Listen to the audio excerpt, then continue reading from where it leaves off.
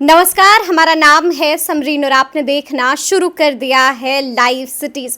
देखिए, बिहार एनडीए में सीटों का बंटवारा हो गया है और मालूम चल गया है कि किसके खाते में कितनी सीटें आई हैं। लेकिन आपको बता दें कि सबकी निगाहें टिकी हुई थी पशुपति पारस पे कि आगे पशुपति पारस क्या कुछ करते हैं। और आपको मालूम है कि अब से कुछ देर पहले पशुपति पारस ने बड़ी प्रेस कॉन्फ्रेंस की और इस प्रेस कॉन्फ्रेंस में पशुपति पारस ने कई बातों का जिक्र भी किया है। साफ साफ कह दिया है कि हमने तो वफा की थी लेकिन मेरे साथ नाइंसाफी हुई है। देखिए, साफ साफ कहा है कि हमारे साथ नाइंसाफी हुई है। तो आज हम इसी को आपके लिए डिकोड करने की कोशिश करेंगे।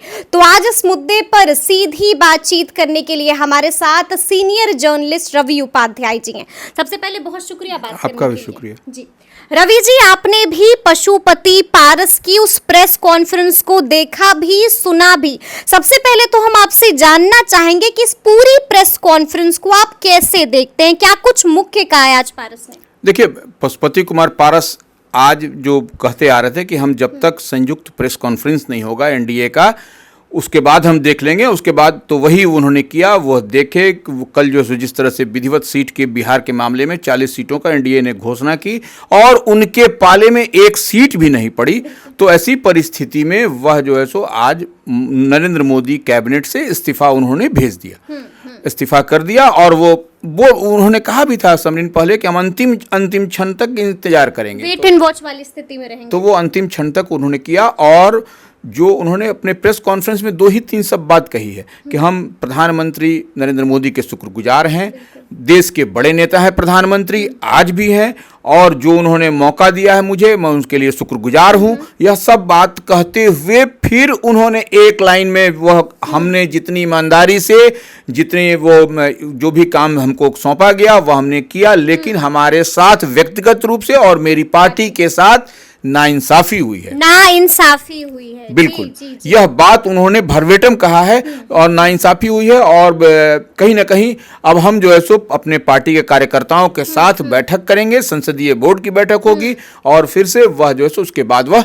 निर्णय लेने के लिए स्वतंत्र होंगे। बिल्कुल बिल्कुल, बिल्कुल। तो एक बात है कि आप देखिए कि आज जो प्रेस कॉन्फ्रेंस उन्होंने किया उनके साथ में वह तो बता रहे हैं कि 5 सांसद हैं मेरे साथ, लेकिन 5 सांसद में वह अकेले अपने आप ही प्रेस कॉन्फ्रेंस करते हुए नजर आए। मतलब कि अभी से अकेले पढ़ने शुरू हो गए हैं पशुपति पारस। एक एक करके पहले हमने देखा कि वीणा देवी, महबूब अली कैसर हटे और उसके बाद जो 3 सांसद बचे थे पशुपति पारस को मिलाकर, आज आलम यह है कि अकेले पड़ गए। अपने उनके भतीजा प्रिंस राज जो समस्तीपुर सुरक्षित सांसद हैं वह उनके साथ नहीं खड़े थे।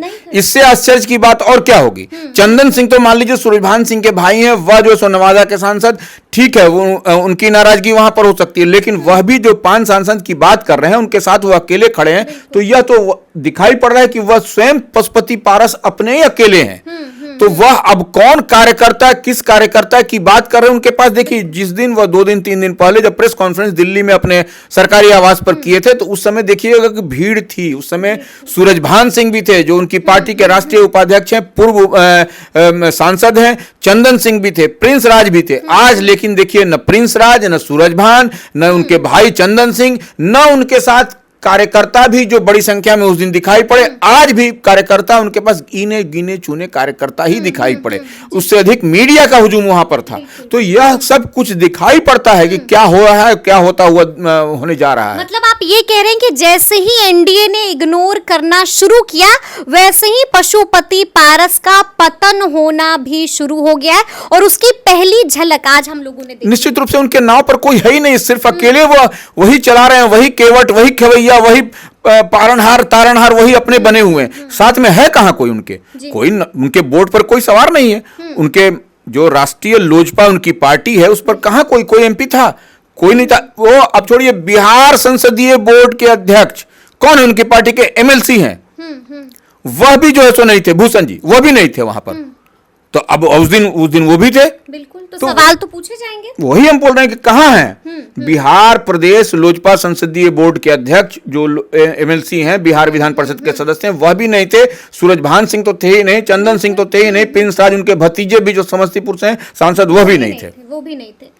तो मतलब अब तो सवाल बनता है रवि जी। अच्छा, एक और सवाल जो बनता है वो सवाल ये है कि आज भी पीसी में पशुपति पारस से पूछा गया कि हाजीपुर के बारे में क्या ख्याल है, क्या आप हाजीपुर से चुनाव लड़िएगा, तो उन्होंने सवाल पर चुप्पी साध ली। लेकिन उन्हीं के पार्टी के प्रवक्ता हैं श्रवण अग्रवाल, बड़ी बात कह दी है और साफ साफ कह दिया है कि देखिए हाजीपुर नहीं लड़ने का तो सवाल ही नहीं है, और जब युद्ध होता है तो युद्ध में देखा नहीं जाता है कि सामने में कौन है, यानी कि लड़ाई किससे है। साफ इशारा कर दिया है कि हाजीपुर में चाचा बनाम भतीजा तो होकर रहेगा। देखिए वह चाचा बनाम भतीजा, वह तो एकदम स्पष्ट दिखाई पड़ रहा वो होगा, उसमें कहीं कोई पारस भी मानने वाले नहीं है। जिस तरह से वह एकदम कह रहे हैं ठोंक करके कि हम लड़ेंगे, तो वह लड़ेंगे ही। उसके लिए चिराग पासवान और उनकी पार्टी भी मेंटली तैयार है कि वह लड़ेंगे, उसमें कहीं कोई दिक्कत नहीं। और एनडीए भी तैयार है, वो एनडीए भी समझ रही है कि वह छोड़ने वाले नहीं है और वो लड़ेंगे। तो वो, लेकिन उनके साथ में जो लोग थे वह लोग कहाँ हैं?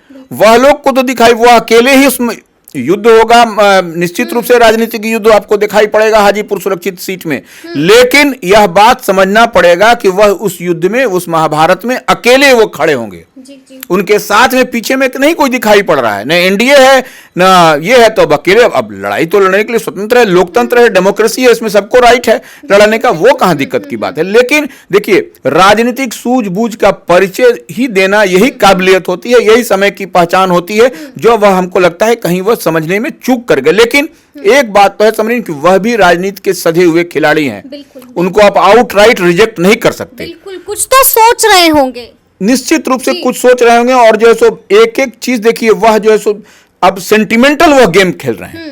वह क्या खेल रहे हैं यह हम बता देते हैं। जी। वह बोले थे कि वह पशुपति पर हम अंतिम क्षण तक इंतजार करेंगे। बिल्कुल। तो अंतिम क्षण तक उन्होंने इंतजार किया। वह बताना चाह रहे हैं लोगों को, अपने समर्थकों को, देखिए हम इंतजार करते रहे, हम इंतजार किए और देखिए हमको जब नहीं मिला तब हमने यह निर्णय लिया। मतलब कि उन्होंने साफ कहा कि हमने तो वफा निभाई, लेकिन हमारे साथ नाइंसाफी। हाँ, बेवफाई, वो यही वो बताना चाह रहे हैं। वो सेंटिमेंटल कार्ड वो खेलना चाह रहे हैं। ये जो हम जो समझ पा रहे हैं वही खेलते हुए नजर भी आए आज। लेकिन देखिए चुनाव में सेंटिमेंटल कार्ड नहीं चलता है। यहाँ पर जो है सो जिसके पास वोट होगा, जनता जनार्दन है, जिसके पास वोट होगा वही चुनाव जीतेगा, वही जो है सो विजयश्री हासिल करेगा। तो ऐसे में वहां पर यह देखने वाली बात है कि वो कहां से लड़ते हैं और कब लड़ते हैं, उनके साथ में उनके कौन होता है, कौन बैकअप में कौन है, यह देखने वाली बात है कि वह जो है सो उनके साथ में कौन है। यह देखिएगा तभी तो पता चलेगा ना कि उनका क्या है, हाजीपुर सुरक्षित से अपने ताल ठोकते हैं या उनके साथ में पीछे से कोई है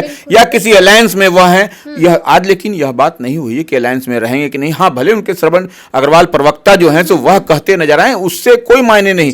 लेकिन देखिए समरीन, एक बात समझना पड़ेगा, राजनीति को बहुत बारीकी से समझने की आवश्यकता है। जिस तरह से चिराग पासवान 2020 में जदयू के खिलाफ जो कहा जाता है ना, चिराग मॉडल से डेंट लगा था, अब पारस मॉडल चलेगा।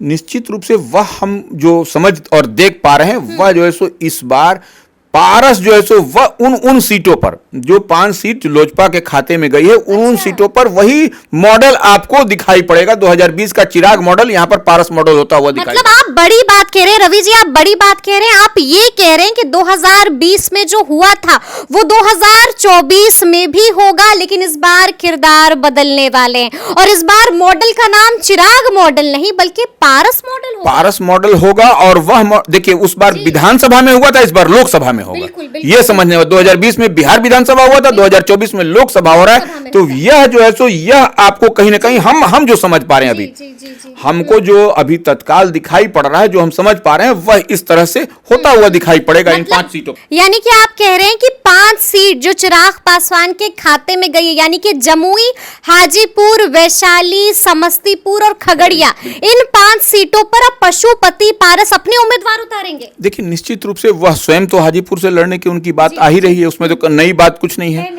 अब उनके जो भतीजा हैं प्रिंस राज, वह पैदल तो होंगे नहीं। अगर उनका सेटिंग गेटिंग कहीं से नहीं होता है तो वह भी आपको ताल ठोकते नजर आएंगे। समस्तीपुर से जी। या जमुई, जो भी सीट हो, लेकिन कहीं ना कहीं अब चंदन सिंह जो सूरजभान के भाई हैं, वह क्या करेंगे, वह तो दिखाई नहीं पड़े, और वो मजबूती से के साथ सूरजभान सिंह कर रहे हैं, एनडीए में हैं, वो भारतीय जनता पार्टी में वो के मजबूती के साथ हैं, नरेंद्र मोदी के वह गुणगान गा रहे हैं। तो ऐसे में अब दो नाव की तो सवारी होगी नहीं, एक ही नाव पर अब चलिएगा। तो यह देखने वाली बात है कि वहां से हमको लगता है कि इन 5 सीटों पर कहीं ना कहीं वही मॉडल आपको दिखाई पड़ेगा, डेंट लगाने की कवायद होगी इनकी। चिराग पासवान से बदला लेने की पूरी स्क्रिप्ट तैयार है, मतलब कि सब कुछ तय हो गया है। निश्चित रूप से देखिए, चिराग पासवान तो बाद सीट बंटवारे के बाद भी चिराग पासवान ने कहा कि वह हमारे पिता तुल्य, पिता के बाद वही थे, उन्हीं को आगे करना है, तो वह आगे होने को तैयार नहीं है। जी। चिराग पासवान उनको लाख कह लें, पिता तुल्य चाचा हैं, हमारे गार्जियन हैं, वही तो वह मतलब आज भी चिराग पासवान एक आंख सुहाते नहीं है पशुपति पारस। बिल्कुल। अब देखिए, और पहले भी उन्होंने कहा है, ना दिल ना दल और ना ही परिवार में। बिल्कुल। देखिए, चिराग पासवान के इस बयान के बाद तो अब तो पशुपति कुमार पारस को चाहिए था बड़ा दिल दिखा करके उनको कलेजे से लगाना, गले से लगाना, लेकिन वह नहीं होता हुआ दिखाई पड़ रहा, और उनकी पार्टी और उनकी ओर से टोन और ट्यून पूरा बदला हुआ नजर आ रहा है, और अंदर खाने में कुछ चल तो जरूर रही है। निश्चित। अच्छा, एक और सवाल है जिसका जिक्र बिल्कुल लाजमी हो जाता है रवि जी।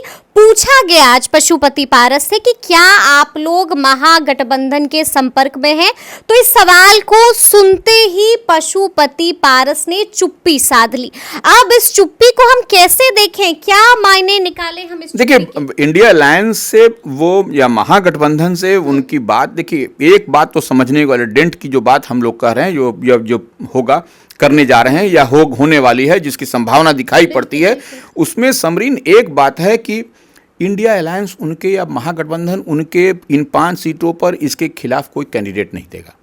अच्छा, मतलब ये बड़ी बात आप कह रहे हैं, महागठबंधन भी अंदर ही अंदर सपोर्ट करेगा? निश्चित रूप से जब बातचीत हो जाएगी, पॉलिटिकल देखिए गेम इसी तरह से होता है, और यही समझा भी जाता है, ऐसे ही होगा, ऐसे ही डेंट भी लगने की और लगाने की तैयारी होगी कि वहां से महागठबंधन का कोई उम्मीदवार नहीं होगा इन 5 सीटों पर। तब क्या होगा? तब तो समीकरण बदला हुआ है, आपको दिखाई 1 अगेंस्ट 1 होगा। तब वहां पर लड़ाई जो है सो धारदार होगी। तब वहां पर एनडीए वर्सेस इंडिया हो जाएगा, या फिर एनडीए वर्सेस इंडिया हम ना बोले तो मतलब चिराग वर्सेस पारस। बिल्कुल इन 5 सीटों पर आपको दिखाई पड़ेगा।